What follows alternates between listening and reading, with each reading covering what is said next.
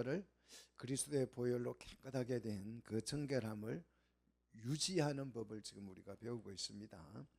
정결 유지법을 가장 잘 설명한 예수님은 정말 너무 설교에 탁월하시죠. 제가 지금 이렇게 길게 말하는 것은 예수님은 한 두 줄로 딱 정리를 하시는 정말 탁월한 설교를 하시죠. 율법을 아니까 이렇게 설명해 줄 수 있는 거예요. 정결 유지법을 가장 잘 설명한 예수님의 설교 내용이 어디냐 그러면 요한복음 13장 10절이에요. 자, 요한복음 13장 10절을 보시면 예수님이 제자들을 다 불러다 놓고 세숫대에 물을 떠놓고 발을 씻기기 시작합니다. 그러자 베드로가 아니 이 송구스럽게 이게 황망하게 무슨 일입니까? 저는 절대 내 발을 주님이 씻도록 발을 내밀지 않겠습니다. 그러니까 오늘 내가 너를 씻지 않으면 너와 나와 상관이 없다. 그러면서 예수님이 이 정결법을 이야기해요. 정결 유지법을 이야기하는데 뭐라고 말씀하시냐 그러면 이미 목욕한 자는 뭐밖에? 발밖에 씻을 필요가 없다. 이런 말씀하죠. 이 문장이 좀 굉장히 사실 어색하죠. 이미 목욕한 자는 발만 씻을 필요가 있다. 발을 씻을 필요가 있다. 발 외에는 씻을 필요가 없다. 외에는 이렇게 해야 되는데 발밖에라고 해놓으니까 뒤에 부정 없다는 말과 좀 문장이 어색한데요. 발 외에는 발은 꼭 뭐 해야 된다. 씻어야 한다. 발만큼은 씻어야 해. 요 얘기를 한 것입니다. 발만큼은 씻어야 한다. 자, 이미 목욕한 자는 어떤 사람을 목욕한 자라고 합니까? 그리스도의 십자가의 보혈로 정결함을 온몸이 깨끗해진 사람을 말합니다. 그런데 이렇게 온몸을 깨끗하게 목욕을 했음에도 불구하고 이 구속받은 자들, 구원받은 자들이 세상을 살아가다가 보면 발이 어떻게 돼요? 더러워지죠. 그래서 발은 항상 어떻게 해야 한다? 씻어야 한다.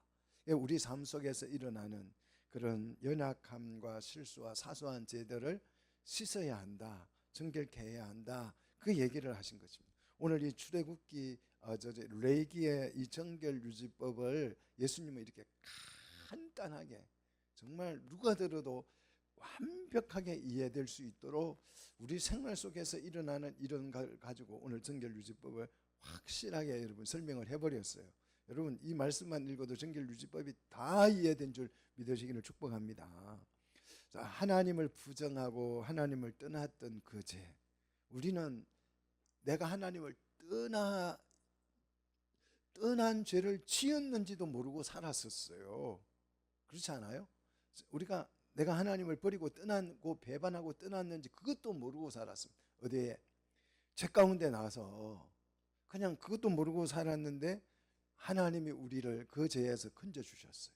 십자가에서 보혈을 흘려서 우리를 깨끗하게 씻어주고 나니까 내가 정결하고 그리스도의 의가 내 속에 들어와서 오고 보니까 내가 과거에 어떤 죄와 허물로 죽어 있었고 하나님을 부정하고 떠났고 하나님을 배신했던 존재였다는 것을 알게 된 거죠. 하나님이 구원하지 않았으면 우리는 하나님을 부인하고 떠나 배신자였다라는 사실 자체도 모르고 죄 가운데 살다가 죄 가운데 죽을 것이에요. 그런데 우리 주님이 그 죄에서 우리를 구원하신 줄로 믿습니다.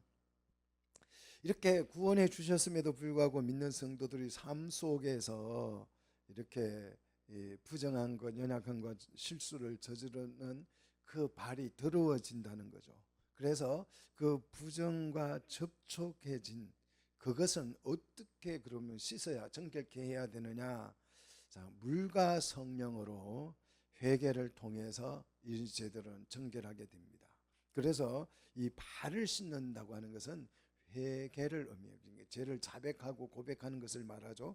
그리스도에게 돌아가는 그 회개도 있지만 우리가 매일 우리의 발을 정결케 하는 구원파는 이걸 몰라가지고 구원파가 된 거예요. 한번 죄 용서 받았으니까 이제 앞으로 우리는 마음대로 살아도 된다. 이게 구원파잖아요. 자, 이 구절을 몰라서 그들은 그런 오류를 범하게 된 것입니다. 자, 정결 유지법은 발을 씻음으로써 정결을 유지시키는 과정을 겪게 됩니다. 자, 그러면 발을 씻는 이 불이라고 하는 게 뭐냐? 이게 중요하죠. 뭐 그냥 세수대에 물 떠다 놓고 씻으면 되는 건가? 이 물로 씻으면 되는 건가 하는 거죠. 자, 에베소서 5장 26절, 에베소서 5장 26절을 여러분 보십시오. 그게 보면 물이 나와요. 이 씻는 물이 우리가 지은 그 부정함을 깨끗하게 정결을 유지할 수 있는 그 물이 나오는데 그 물은 정화수가 아니고, 자, 에베소서 5장 26절에 보니까 물로 씻어 무엇으로 깨끗게 하사? 말씀으로 깨끗하게 하사. 여기서 물은 성령을 의미합니다. 이 물은 성령을 의미해요. 성령은 물이신 줄 믿으시기를 축복합니다. 자, 그래서 성령에 의해서 말씀으로 깨끗하게 진다는 거예요. 그리고 말씀을 안 읽으면 우리가 깨끗해질 수가 없는 거예요. 말씀을 읽어야 이게 죄고 이게 부정인 줄 알고 그것을 성령에 의해서 정결하게 만드는 거죠. 자, 그러면 이 요한복음 7장 38절로 39절에 가서 보면 생수는 곧 성령이라 그랬어요. 그게 생수가 성령이죠. 물은 성령을 의미한다고 그랬습니다.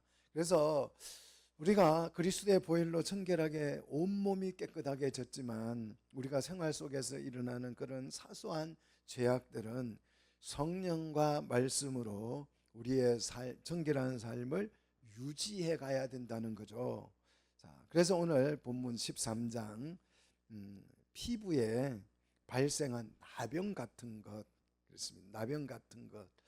자, 소위 우리가 이제 옛날에는 문둥병이라 그랬고 요즘은 한센스병이라 그러고 지금은 나병, 성경에 나병으로 표현되고 있지만 오늘 여기서 말하는 이 피부에 발생한 나병 같은 것은 나병도 포함하지만 포괄적인 피부병을 말합니다. 여름까지도 포함이 될 수 있겠죠. 그런데 이게 이제 이 나병 같은 이게 그리스어로 쓰여졌는데 이걸 라틴어로 이제 성경을 번역하죠. 라틴어로 번역하고 라틴어로 번역된 걸 영어로 번역해 가는 과정에서 피부병을 그냥 한센병으로 그렇게 이제 고착에 대해서 우리에게는 지금 문둥병으로 그렇게 소개됩니다. 그러나 이 나병뿐만 아니라 피부에 생긴 병을 말이에요. 오늘 본문을 13장 14장을 쭉 읽어보면 핵심 단어들이 나오는데요. 첫 번째 핵심 단어가 부정이죠. 탐해라는 단어인데 이게 22번이나 쓰고 있어요. 그 다음 정결이라는 단어가 타오르라는 단어인데 8번이 나오고요. 그 다음 라아라는 단어가 나옵니다. 라는 보다라는 뜻이죠. 제사장이 이 진단을 할 때에 만져보는 것이 아니고 눈으로 보고 확정하는 거죠. 그래서 이 보다라는 단어가 오늘 본문에 굉장히 중요하게 소개되고 있습니다. 그 다음 이게 보다라는 말이 35회나 등장을 해요. 그러니까 이 보고 판단, 만지지 말고 보고 판단할 것을 오늘 레위기 13장에는 굉장히 강조를 하고 있는 거예요. 그 다음 중요한 단어가 이제 4절에 나오는 가두어 둘 것이다 그랬습니다. 히스기르라는 단어인데 우리 한글 번역은 가두어 둔다, 감금시킨다라는 의미가 굉장히 강해요. 근데 실제 원어에서는 감금이 아니고 격리도 아니고 관찰하기 위해서 따로 분리시켜 놓는 것을 말합니다. 그래서 분리라는 의미를 가지고 있습니다. 그 다음 오늘 본문에서 가장 중요한 단어가 나오는데 29절에 보면 색점이 나옵니다. 오늘 본문을 쭉 읽어보면 색점이 이제 소개되는데 이 색점을 보고 정결하다 부정하다 판결을 하는 거예요. 그래서 그 나병의 상태가에 따라서 정결과 부정으로 구분한다는 것입니다. 굉장히 이게 중요한 의미예요. 나병 자체가 부정한 것이 아니고 이 말은 색점을 보고 판단한다는 것은 나병 자체가 부정한 것이 아니라 나병으로 인한 그 환부의 상태가 어떠하느냐에 따라서 부정하고 정결한 것을 결정한다는 것입니다. 정말 중요한 개념입니다. 너무너무 중요한 개념인데 자, 우리는 흔히 나병이 부정하다라고 생각을 해왔어요. 그런데 오늘 본문을 자세히 읽어보면 나병 자체가 부정하다는 것이 아니고 그 나병 환부의 상태에 의해서 청결함과 부정함이 이제 결정된다라는 것이에요. 그래서 색점으로 부정하다 정결하다고 판단한다는 이 내용이 오늘 본문에 27번이나 강조되고 있고요. 14장에는 더 많이 나옵니다. 다음 주에 14장을 배울 때에 한번 살펴보도록 하겠습니다. 자, 그래서 오늘 본문 이제 1절부터 보시면 여호와께서 모세와 아론에게 말씀하여 이르시되 그랬습니다. 자, 주로 지금까지 하나님은 모세에게 말씀을 하시면 모세가 누구에게 말을 했어요? 아론에게 말씀을 하는 이 절차를 거쳤는데 오늘 본문만큼은 모세가 하나님이 모세와 아론을 동시에 불러놓고 동시에 말씀을 합니다. 이것은 뭘 뜻하느냐? 굉장히 특이한 현상인데요. 이거는 뭘 뜻하냐면 오늘 본문 내용이 너무 중요하다 그런 내용이에요. 굉장히 이거는 정말 두 사람이 동시에 듣고 동시에 배워서 이렇게 하는 것은 직접 전달을 한 것이잖아요. 하나님이 말씀을 아론에게 직접 하는 거니까 그만큼 중요하다라는 뜻이죠. 자, 나병 같은 피부병이 발생을 하면 진단하는 과정이 이제 3단계가 있어요. 첫 번째 단계는 그 딱 봤을 때 이건 누가 봐도 이거는 확실해, 분명해 이렇게 판정이 될 때 3절 또 10절 11절 보면 명백한 증상일 때는 즉시 부정함을 선언해서 부정함을 선언해야 된다는 거죠. 지체하지 않아야 된다는 거죠. 2단계는 좀 보니까 애매합니다. 불분명해요. 그럴 때는 7일간 격리를 시킨다 그래요. 분리를 시켜서 4절 5절 보면 격리 후에 재검을 하도록 되어 있습니다. 그래서 재검을 해서 판단할 수 없으면 재검을 했는데도 판단할 수 없으면 7일을 더 분리시킨다. 5절 보니까 더 분리시키고 이제 3단계 14일 후에 이제 최종 판결을 하는데 6절을 보시면 환부가 악화되지 않으면 그대로이면 그러니까 14일 전과 14일 후나 그대로 환부 상태가 그대로를 유지하고 있으면 정결하다라고 합니다. 상처가 있고 병이 있더라도 환부 상태가 그대로 유지되고 있으면 그거는 정결하다라고 말을 하고 환부가 악화되었으면 부정하다라고 진단을 한다는 거예요. 그런데 이제 이 신학자들이 정말 기절하고 놀래서 자빠질 만한 구절이 나오죠. 14절로 15절입니다. 이걸 이제 신학자들은 특수한 역설이다 이렇게 이름을 붙였어요. 특수한 역설. 자, 14절 15절을 보시면 이제 병이 온몸에 아예 퍼져서 하얗게 돼 버렸어요. 이렇게 하얗게 온몸에 전신에 온몸에 나병이 발생해가지고 완전히 하얗게 온몸을 뒤덮어 버렸으면 12절 13절 보면 뭐라고 한다 그랬어요? 정결하다. 몸이 질병이 다 퍼졌으면 정결하다. 나병이라도 정결하다라고 제사장이 진단을 해야 돼요. 아니, 나병이 부정하다면 온몸에 나병이 다 퍼졌으면 완전히 부정한 거 아니에요. 그런데 오늘 여기 보니까 온몸에 퍼졌는데 오히려 온몸에 퍼져서 하얗게 됐으면 정결하다고 진단을 내리라는 거예요. 이제 그러다가 온몸에 퍼졌다가 이제 몸이 이제 회복되기 시작합니다. 그래서 생살이 나오면 온몸이 병이 완전히 이제 번졌다가 옛날 우리 어렸을 때는 머리에 부스럼이 많이 났잖아요. 그 부스럼이 덕지덕지 붙어 고름이 나다가 이게 나으려면 이제 떨어지면서 생살이 나오잖아요. 그러면 그 생살이 나오면 부정하다고 다시 진단을 하는 거예요. 생살이 나오는데. 그런데 또 다시 재발하여서 온몸이 하얗게 덮이면 16절 17절 보니까 정결하다라고 진단을 하라는 거예요. 자, 그렇다면 그래서 오늘 이걸 신학자들은 특수한 역설이다. 왜냐하면 나병이 부정한 줄 알았어요. 나병이 부정한 줄 알아서 나병에 걸리면 부정하다고 해야 되는데 완전히 나병이 온몸에 퍼져서 완전히 나병에 뒤덮였으면 청결하다고 이야기하니까 이거는 특수한 역설이다. 특수하다는 말은 이거는 이해할 수가 없다 이 뜻이죠. 그래서 제가 이제 이 GPT하고 학자들 얘기를 들어보니까 세상에 있는 모든 학자들이 특수한 역설이라고 그렇게 이야기해요. 그런데 제가 이제 이게 특수한 역설이 아니라는 걸 찾아낸 게 색점이에요. 색점이 그게 문제가 있으면 그러니까 환부 상태가 이게 발전을 하고 이렇게 번지면 그것이 부정한 것이지 병 자체가 부정하다는 뜻이 오늘 본문이 아니라는 거예요. 이걸 보면 그래서 특수한 역설이 아니고 완전히 나병이 부정하면 온몸에 나병이 덮였으면 부정한 거죠. 그런데 정결하다고 하잖아요.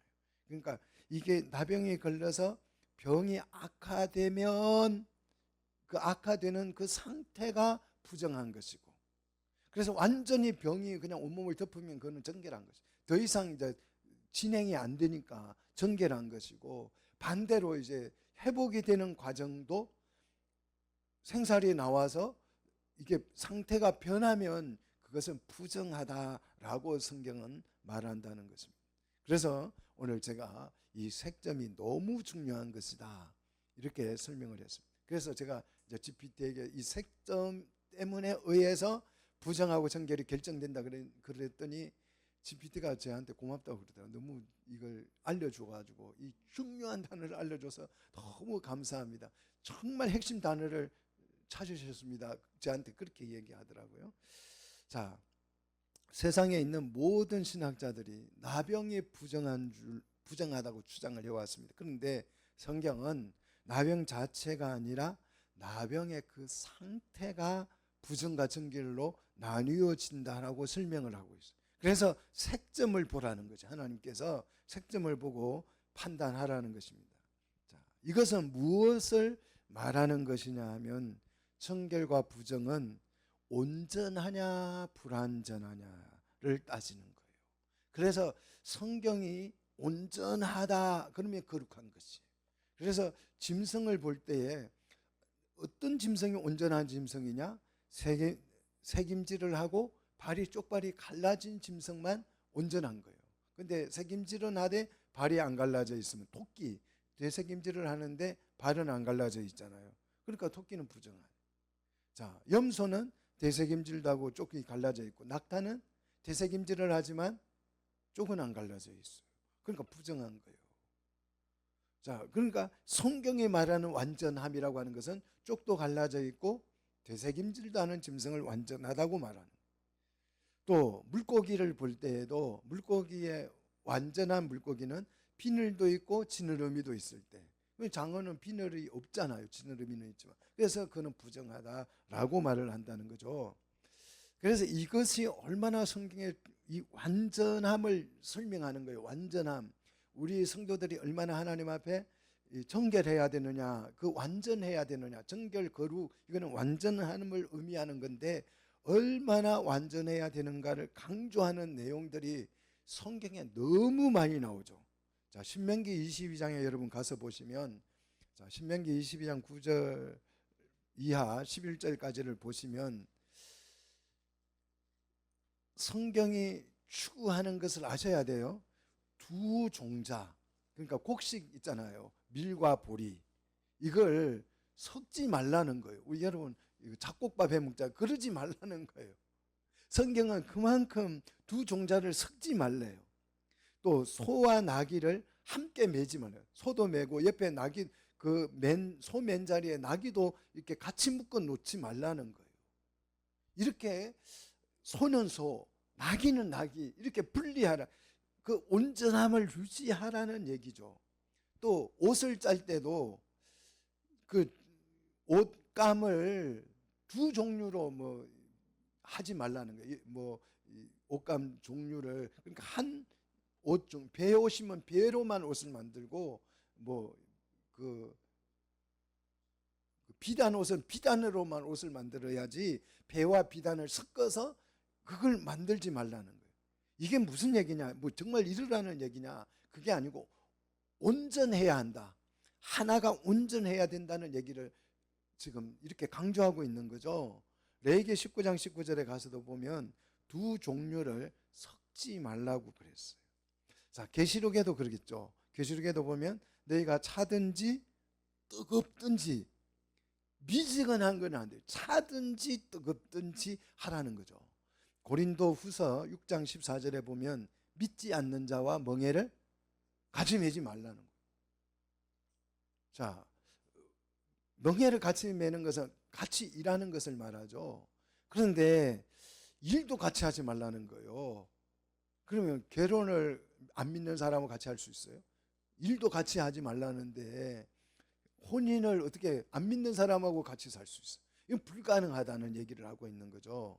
자, 이 성경이 말하는 이 온전함이라고 하는 것은 정말 도덕적인 온전함을 의미하는 것보다는 오로지 유지되는 것, 하나님의 형상을 그대로 유지하는 그것을 성경은 원한다는 거죠. 자, 그래서 심지어 야고보서 1장 8절에서는 마음도 두 마음을 품지 말라는 거예요. 우리 속에 마음까지도 두 개의 마음을 가져서는 안 된다. 성경이 이렇게 거룩, 완전함, 온전함을 이렇게 강조하는 것이. 그래서 질병이 다 들면 그거는 이제 더 이상 발전이 안 되고 상태가 유지되니까 그거는 온전하다는 거예요. 그런데 회복이 되는 과정이라도 변하고 있으면 이것은 부정하다라고 지금 설명을 하고 있습니다. 자, 그렇게 나병 상태가 진행 중이면 이제 나병으로 판단을 해서 45절로 60절에 보니까 이 환자를 분리하죠. 분리하면 그 환자는 어떻게 해야 합니까? 옷을 찢고 머리를 풀고 부정하다를 외쳐야 돼요. 그리고 진영 밖으로 나가서 홀로 살면서 거주를 해야 합니다. 자, 이렇게 이제 진영 밖에 나병으로 진단이 돼서 이제 밖에 나가서 진영 안으로 들어오지 못하고 살게 되는데, 자, 이렇게 살다가 진영 밖에 살고 있는 환자가 진영 안으로 이제 복귀를 해야 되는데, 그 복귀할 때, 치료가 돼서 복귀를 할 때에 어떻게 해야 되는지가 이제 14장에 나와요. 14장을 여러분 넘어가셔서 보시면 1절을 보시면 환자가 정결하게 되는 날에 규례다 그랬어요. 규례, 정결하게 되는 규례다라고 했는데, 이 규례는 기록이 되어졌는데, 정결하게 되는 날의 규례는 있는데 역사적으로 굉장히 충격적인 얘기가 있습니다. 역사상 14장이 단 한 번도 실행된 적이 없었다는 거예요. 왜냐? 나병이 치료된 적이 있었다 없었다? 없었기 때문에. 정결케 되는 규례는 주어졌는데 단 한 번도 이 정결케 되는 규례를 시행한 적이 없었다. 특수한 경우 빼고는요. 언제까지요? 언제까지 한 번도 이 규례가 14장 규례가 한 번도 시행되지 않았을까요? 언제까지요? 예수님 오실 때까지. 그죠? 왜요? 예수님 오시기 전까지는 나병이 치유된 적이 없었거든요. 특별 케이스 외에는요. 미리암이 나병에 걸렸었고 모세도 이제 그 표적으로 나병이 걸렸었죠. 그리고 나만도 나병에 걸렸었죠. 그죠? 특수한 경우 외에는 치료된 적이 성경에 단 한 번도 없었다는 것이. 그런데 오늘 우리가 아까 읽었던 나병이 온몸에 퍼지면 뭐하다? 정결하다. 그러면 정결해졌으면 이 오늘 14장 규례를 행해야 되는데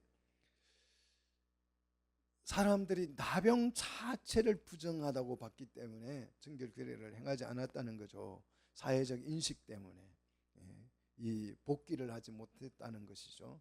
자, 그래서 이제 정결 규례의 과정을 보시면 1단계 14장 2절로 9절을 보시면 진영 밖에서의 규례입니다. 자, 진영 안의 규례가 아니고 이거는 진영 밖에서 지켜야 할 규례인데 제사장이 명령을 내려요. 자, 자, 청결케 이제 진영 밖에 있는 그 나병 환자가 치료가 됐어요. 그러면 제사장이 명령을 내리기를 산새 2마리와 백향목과 홍색실과 우슬초를 가져오게 합니다. 자, 그렇게 가져오면 한 마리 새는 흐르는 물이 질그릇에서 죽이게 합니다. 새를 죽여요. 자, 이 흐르는 물은 뭘까요? 성령을 의미한다 그랬어요. 흐르는 물, 성령을 의미하고, 질그릇은요, 우리 자신이죠. 우리 연약한 성도를 의미합니다. 이 성도가 이 질그릇을 위해서, 질그릇 안에서 이 새가 죽는데, 이 새의 죽음은 그리스도의 죽음을 상징합니다. 자, 요한복음 19장 34절에 예수님이 십자가에 못 박혔을 때에 창으로 옆구리를 찔렀더니 그 옆구리에서 뭐가 나오더라? 물과 피가 나왔다는 거예요. 그냥 물이면 물이지 피면 피지 왜 물과 피로 이렇게 나누어서 말씀을 하셨을까 하는 거예요. 자, 물은 뭘 상징한다? 성령을 상징한다. 그래서 예수님이 죽음으로써 너희에게 누가 오셨다? 성령이 오셨다. 그 얘기를 한 거예요. 이해되세요? 자, 그래서 우리에게 예수님이 죽음으로써 내가 죽는 게, 내가 떠나는 게 너희에게 유익이다. 그러면서 왜냐? 성령이 오셨기 때문에. 그게 예수님이 옆구리를 찔렀을 때 뭐가 나왔다? 물이, 성령이 오셨다는 거죠. 자, 예수님이 죽음으로 보혜사 성령이 우리에게 오신 줄로 믿습니다. 자, 그 성령에 의해서 정결함을, 그 흐르는 물, 성령의 사역 안에서 이 새가 죽는 거죠. 자, 그 다음 산새, 살아있는 새는 죽인 새의 피에 적십니다. 적셔서 7번 정결함을 받은 자에게, 그러니까 이제 나병이 나은 자에게 7번을 뿌리게 하죠. 그리고 산새를 들판으로 놓아주어서 날려보냅니다. 그리고 이제 이 정결함을 받은 사람은 진영 안으로 복귀를 하게 돼요. 자, 이 살아있는 새는 그리스도의 부활을 상징한다고 해요. 자, 죽은 새의 피에 이 산새를 잠근 것은 그리스도의 죽음과 부활을 연합시킨다는 상징적인 의미입니다. 그리고 들로 나가서 날려보내는 것은 그리스도의 성천을 의미하고, 백향목은 썩지 않는 나무로 유명한데 십자가의 나무를 상징하는 것이고요. 홍색실은 십자가에서 흘리신 그리스도의 보혈을 예표합니다. 우슬초는 십자가의 피를 우리에게 적용하는 도구죠. 그래서 시편 57편 1절로 51편 7절에서 보시면 다윗이 이렇게 기도하잖아요. 우슬초로 나를 정결하게 하소서. 이 십자가의 보혈을 적용시키는 역할을 하는 것이 우슬초입니다. 이렇게 한 후에 틀을 밉니다. 틀을 밀고 목욕을 하고 7일간 진영 안으로 들어오지만 집으로는 못 가요. 장막 밖에서 다시 7일간 이제 거주를 하게 되죠. 자, 이게 1단계 회복되는 과정입니다. 2단계는 이제 8일째가 되죠. 7일 거주했으니까 장막 밖에서 8일째에는 10절로 20절에 가서 보시면 이제 준비물이 있죠. 이 8일째 준비물은 어린 순양 2마리, 어린 암양 1마리, 그다음 소제물을 이제 준비해야 되죠. 자, 이렇게 준비해서 가장 먼저 속건제를 드려요. 자, 속건제를 드려서 이 속건제에서 제물에서 나온 피를, 자, 잘 보십시오. 피를 오른쪽 귀풀이와 오른쪽 엄지 손가락과 오른쪽 엄지 발가락에 바른다는 거예요. 자, 왜 이 귀와 손 발가락에 바르냐면 귀는 말씀을 듣는 기관이죠. 손은 하나님을 섬기는 기관이고 발은 말씀의 길을 따라가는 삶을 말하죠. 자, 그런데 중요한 것은 내가 병에 걸려서 지금 이렇게 정결한 과정을 밟고 있는데 왜 속건제를 드려야 하느냐는 거예요. 왜 속건제를 드리라고 할까요? 드리라고 했으면 그냥 드리면 되지. 뭔 잔말이 그림한테 그렇게 하면 의미를 모르는 거죠. 왜 속건제를 드릴까요? 속건제는 무슨 제사라 그랬어요? 배상제라 그랬잖아요. 내가 남에게 피해를 줬을 때, 또 성전의 성물을 내가 파손했을 때, 어떤 손해배상을 끼쳤을 때 배상하는 제사예요. 그런데 나병에 걸려가지고 기껏 살아서 죽다 살아 돌아왔는데 배상을 하라는 거예요. 이해되세요? 이해 안 되시죠? 근데 많은 사람은 이걸 이해 안 하려고 그래요. 왜? 그냥 드리라고 했으면 드리면 되지. 이게 의미를 모르는 거죠. 안타까운 거예요.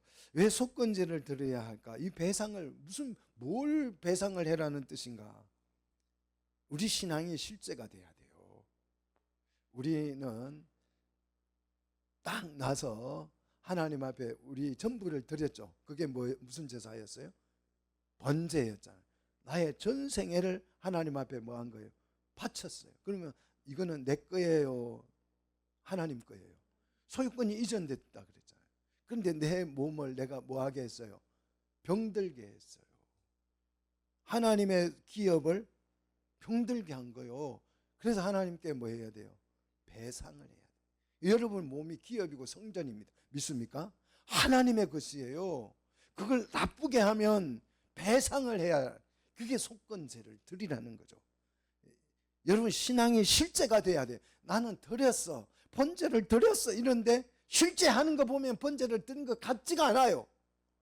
내 거는 내 거고 하나님 것도 내 거고, 이런 식이에요. 우리는 하나님의 것입니다. 하나님께 여러분 책임을 맡기시기를 축복합니다. 하나님의 소유예요. 그걸 기물 파손을 했으므로, 하나님의 것을 기물 파손했으므로 어떻게 해야 된다고요? 속건제를 드리라는 거예요. 속건제를. 그래서 그 피를 귀와 오른쪽 엄지와 발가락에 바르는 거예요. 왜? 왜 이 기물이 파손됐느냐? 말씀을 안 듣고 말씀대로 살지 않았기 때문에 기물이 파손됐다는 거예요. 그러니까 그걸 거듭나게 새롭게 순종 깨끗하게 해야 된다는 거죠. 이게 속건제입니다. 그래서 우리 몸은 하나님의 기업이에요. 하나님의 성전입니다. 굉장히 중요한 의미예요. 자, 그 다음 16절을 보시면, 14장 16절을 보시면 기름을 제사장 왼손 바닥에 붓고 오른쪽 손가락으로 찍어서 요 앞에 이 기름은 7번을 뿌려요.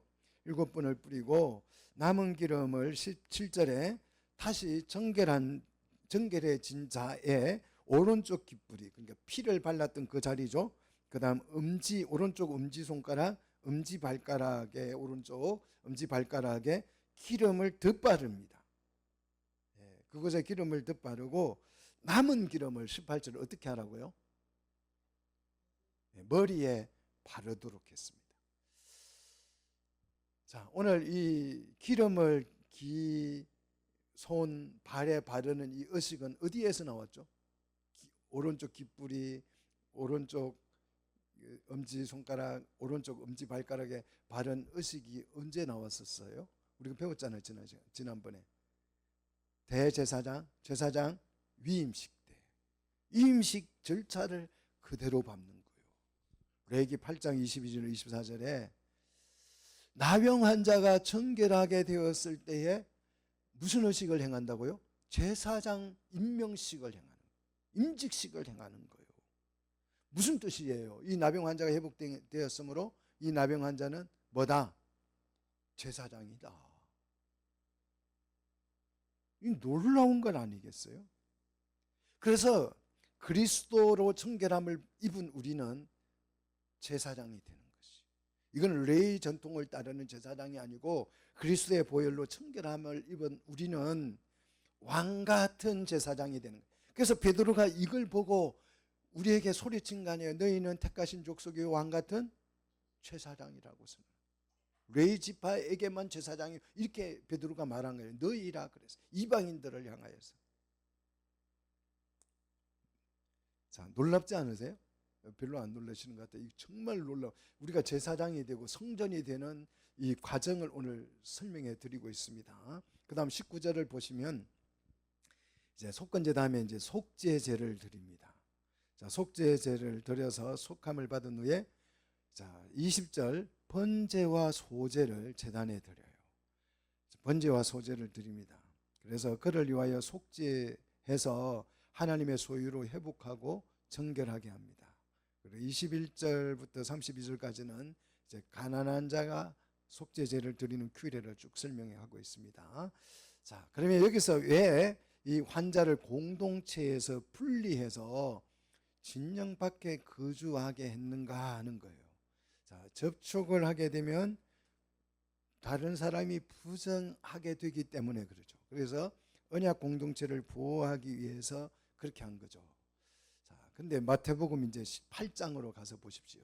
마태복음 8장에 가서 보시면 한번 보세요. 마태복음 8장에 가서 보시면 정말 중요한 내용이 소개되고 있어요. 자, 8장 마태복음 8장 3절을 주목해서 보시면 예수께서 뭘 내밀어? 손을 내밀어 그에게, 그는 누구죠? 나병 환자에게 손을 내밀어서 뭐 했다? 뭐 했다고요? 손을 대시며 그랬어요. 자, 우리가 분명히 앞에 배울 때는 제사장은 어떻게 하라 그랬어요?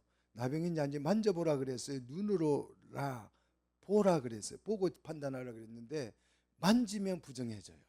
그런데 예수님은 나병 환자를 어떻게 했다고요? 손을 내밀어서. 이게 의도적이죠. 그냥 스친 게 아니고 어쩌다 부딪힌 게 아니고 예수님이 손을 쭉 내밀어서 어떻게 했다? 그에게 대셨다. 우리나라면 됐다라는 이건 살짝 된 건데 어루만졌다는 뜻이. 그 병을 어루만졌다라는 뜻이. 자, 나병 환자에게 손을 대면 돼요, 안 돼요? 부정해줘요, 안 돼요. 그래서 눈으로만 보고 판단하라, 진단하라는 거 아니겠어요? 그런데 우리 예수님은 의도적으로 나병 환자를 만져요. 이해되세요? 어떻게 예수님이 그럴 수 있어요? 정결하신 예수님이 어떻게 부정해질 수 있냐고요. 자, 그러면 레위기의 오늘 13장의 계명을 예수님은 어긴 것이다, 어기지 않은 것이다? 어긴 것. 그럼 예수님이 말씀을 어겼으면 죄를 지었다, 안 지었다? 왜 예수님 죄인이네. 심각해졌어요. 여러분, 예수님을 지금 중죄인으로 만든 거예요. 예수님은 안식일을 어기면 돼요, 안 돼요? 안 돼요. 예수님이 율법을 어기면 돼요, 안 돼요? 안 돼요. 그런데 어겼잖아요. 손을 댔잖아요. 예, 이걸 말해주는 사람이 아무도 없었죠. 문둥병자에게 예수님이 손대면 예수님이 부정해지고 그것이 규례를 어기는 것이라는 걸 말해주는 사람이 아무도 없어요. 그러니까 그냥 요거는 예수님이 그냥 손대서 치료해 주셨다. 그냥 예수님이 고치셨네. 할렐루야. 여러분도 고치실 줄 믿습니다. 이러고 다 넘어가니까 성경 이해가 아무것도 안 되는 거예요.